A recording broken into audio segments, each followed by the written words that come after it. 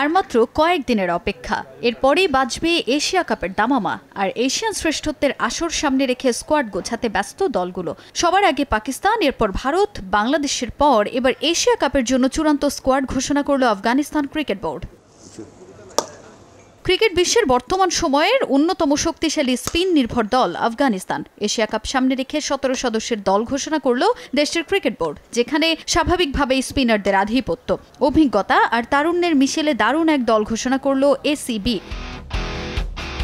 ভিন্নভাবে সামাজিক যোগাযোগ মাধ্যমে এক ভিডিও পোস্ট করে এশিয়া কাপের দল ঘোষণা করেছে তারা। অধিনায়কের গুরু দায়িত্ব অভিজ্ঞ রশিদ খানের কাঁধে।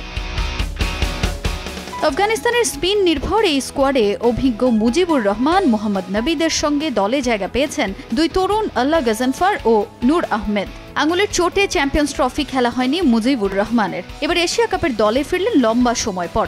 এছাড়াও শারজাতে 6 উইকেট নিয়ে বাংলাদেশের ব্যাটিং লাইন আপ ধসিয়ে দেওয়া গজনফারও আছেন এই দলে। আছেন আইপিএলে 10 কোটি রুপিতে বিক্রি হয় স্পিনার নূর আহমেদও। এশিয়া কাপের ঘোষিত এই স্কোয়াডে আছেন অভিজ্ঞ ব্যাটার রহমানুল্লাহ গুরবাজ, ইব্রাহিম জাদরান, দারওয়েজ রাসুলি, আজমাতুল্লাহ ওমরজাই, করিম জানাত, গুলবাদিন নাইবরা। তাদের সঙ্গে জায়গা পেয়েছেন গত বছর ইমার্জিং এশিয়া কাপের player of the tournament Siddiqullah অতল।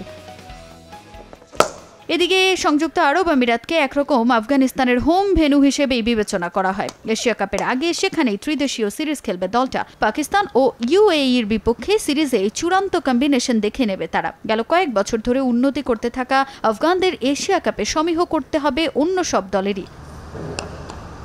তাজিন খন্দকার, সময় সংবাদ।